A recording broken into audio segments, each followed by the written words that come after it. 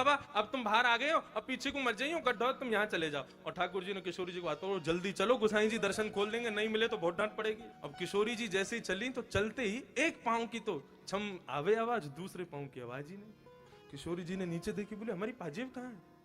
अब तो ढूंढने लगे तो दूर ही दिख गई, बोले पाजेब हाथ में लटक रही है सूरदास जी के। किशोरी जी बोली मेरी पाजेब रह गई है।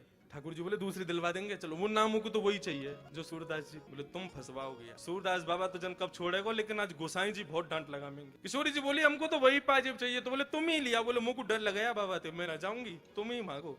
ठाकुर जी फिर से गए, बाबा हाँ हाँ भैया बोलो, वो हमारी एक पाजेब आपके पास रह गई है, आप कृपा करके हमको प्रदान कर दो। सूरदास जी बोले भैया मैं कैसे मान लूं ये पाजेब तुम्हारी है? अब भैया मैंने तुम्हें दे दी और फिर कोई आयो कि बाबा मैंने तुम्हारी सहायता करी, मेरी पाजेब गिर गई, तो मैं तो झूठो रह जाऊंगा। ठाकुर जी बोले तो आपको पता कैसे चलेगी कि या की दूसरी पाजेब कौन के पास? आप पे आंख तो है ना? बोले आंख ना है लेकिन हाथ तो है ना, अनुभव कर लूंगा मैं। तो बोले क्या करोगे? बोले दूसरी दूसरी पाजेब जो है का है वो मेरे हाथन के आगे आप चरणन में धारण करके ही दे दो, मैं वह पाजेब को हाथ से स्पर्श कर लूंगा, सो दूसरी पाजेब पहना दूंगा। किशोरी जी मुस्कुरा गए, बोले सूरदास जी समझ गए कि ये ठाकुर जी पधारे हैं।